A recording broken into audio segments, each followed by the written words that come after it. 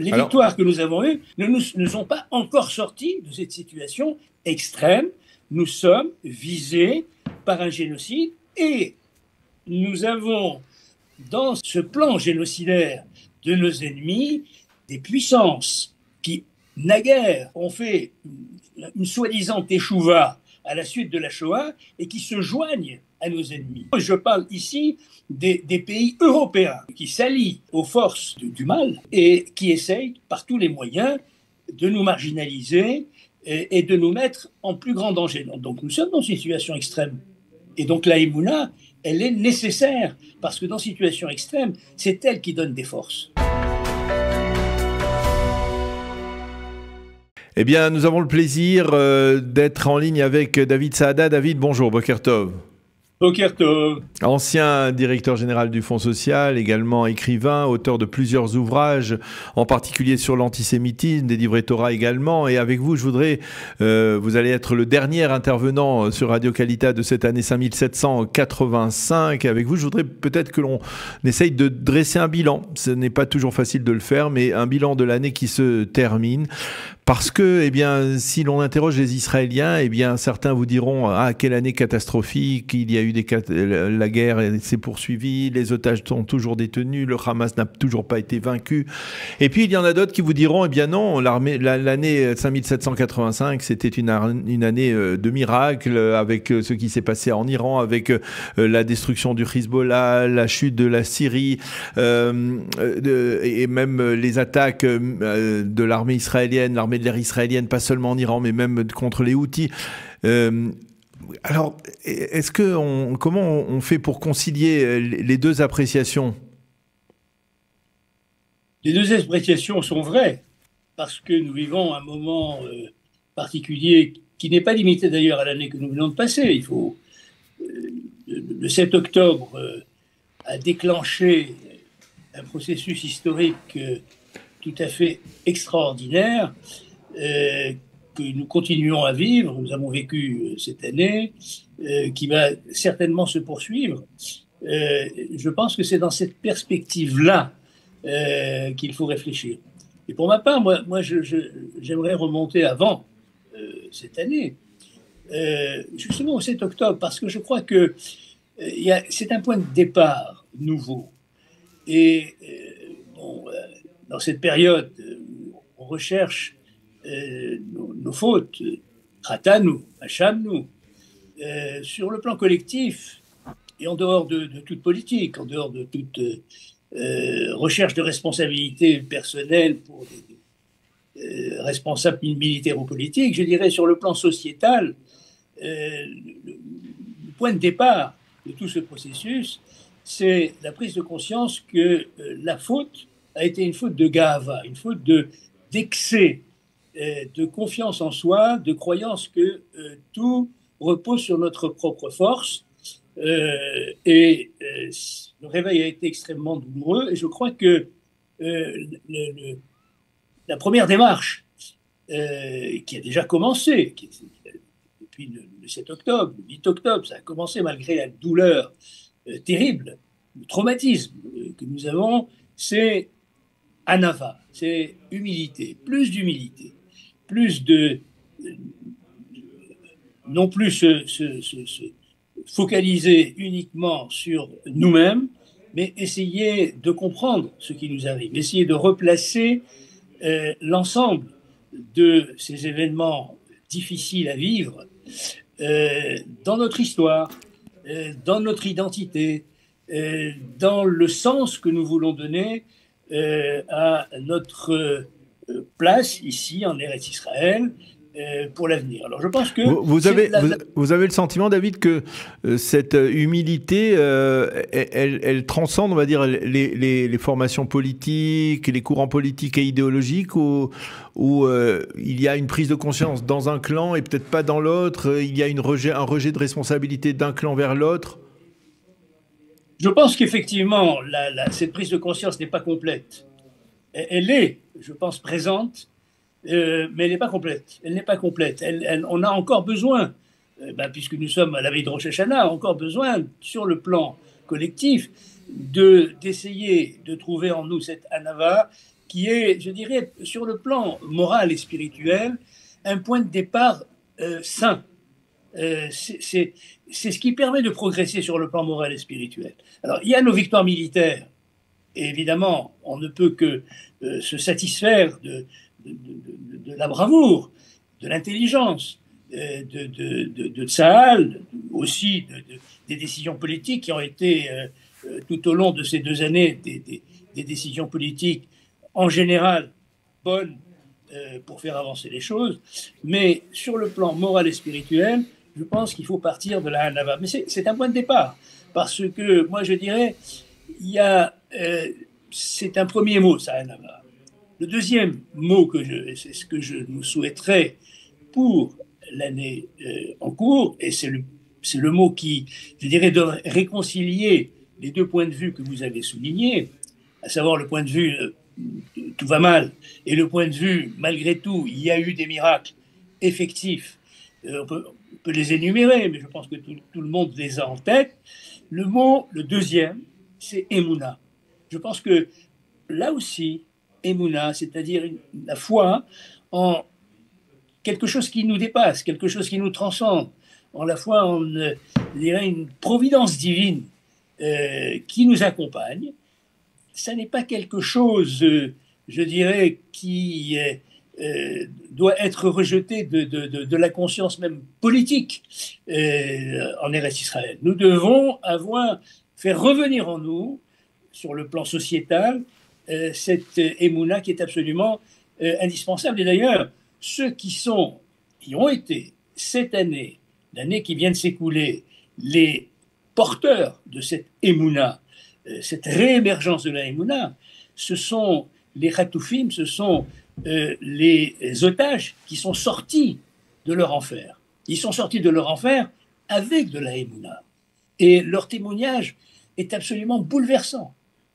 Et je crois que c'est un des événements fondamentaux de l'année qui vient de s'écouler, cette émouna de ceux qui, dans les ténèbres, ont retrouvé un petit peu de lumière. Et cette lumière-là, elle doit nous illuminer. Donc, illuminer. Et donc, je dirais, le deuxième mot après Hanava, c'est Emouna.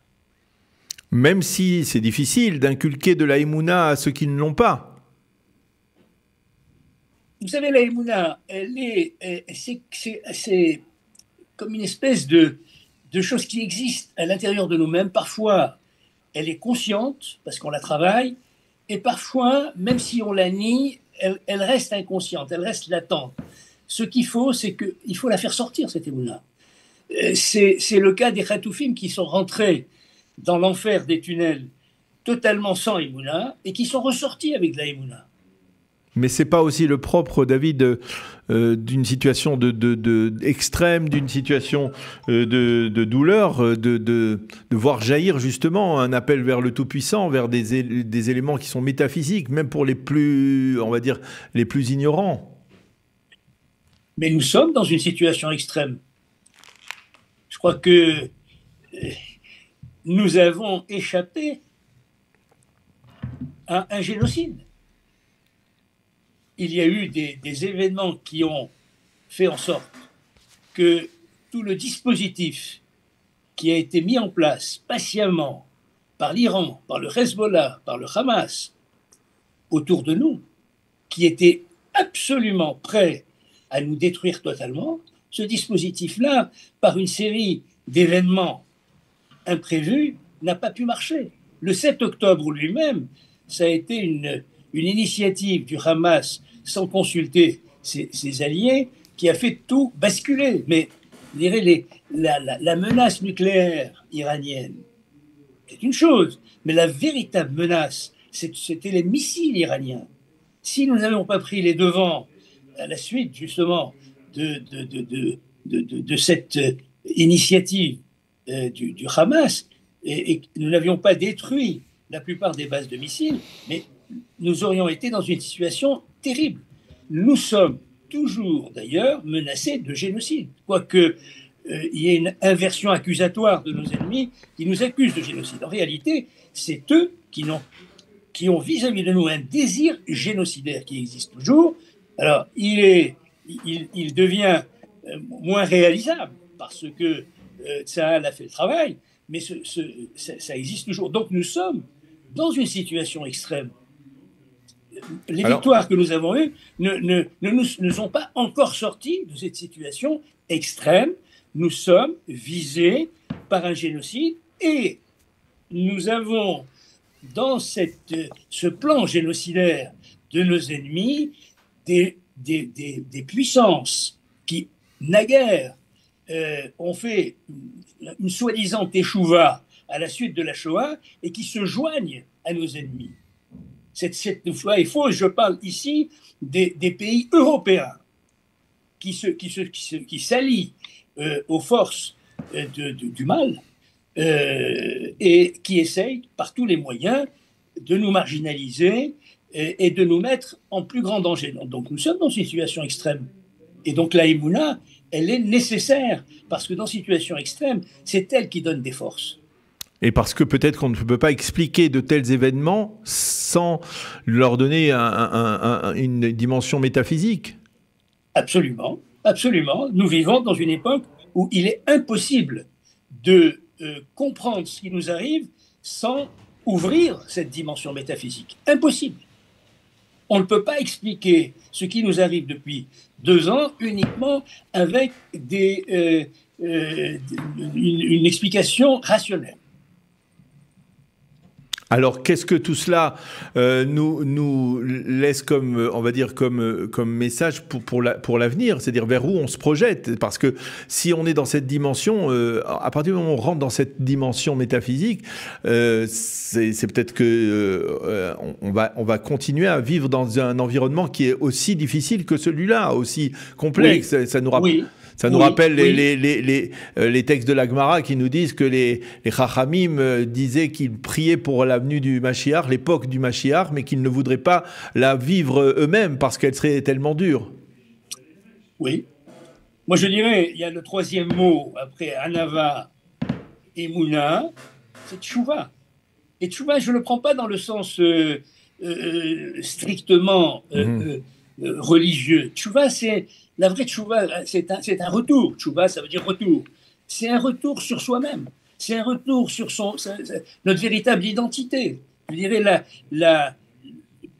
depuis plusieurs années, avec toutes les crises qui ont même précédé le 7 octobre, il y a une recherche de se reconstruire, je dirais, ce retour sur des bases beaucoup plus authentiques, beaucoup plus profondes. C'est ça la tchouva. C'est la prise de conscience finalement de ce que nous sommes. Nous ne sommes pas un peuple comme les autres. Je dirais, même Ben Gurion, il y a une citation connue qui dit « Nous ne sommes pas là pour être un peuple comme les autres. Nous sommes là pour effectivement réaliser les promesses des prophètes. » C'est Ben Gurion lui-même qui l'a dit. C'est une citation de Ben Gurion. Donc, il y a une nécessité de retrouver, et c'est ça pour moi la tchouva, nos racines, ce que nous sommes, un peuple pas comme les autres en effet, et dont l'existence, et je ne parle pas de religion là, ou de pratique, parce que il faut avancer peu à peu, mais il faut prendre conscience que notre destin, notre existence est indissolublement liée à la Torah. C'est comme ça que nous sommes nés. C'est comme ça que nous avons continué à exister pendant des millénaires et c'est comme ça que nous établirons en Eretz Israël cette société à laquelle finalement nous aspirons tous. Oui, donc, mais vous êtes conscient, David, que quand vous parlez comme ça, vous effrayez certains courants dans la réalité israélienne et que certains vous disent « mais nous ne voulons pas de théocratie dans ce pays, nous voulons pouvoir vivre comme nous avons vécu pendant 76 ans, dans un État démocratique qui respecte, on va dire, qui respecte chacun de chaque minorité, tout un chacun dans la réalité israélienne ». Mais je ne parle pas du tout de coercition.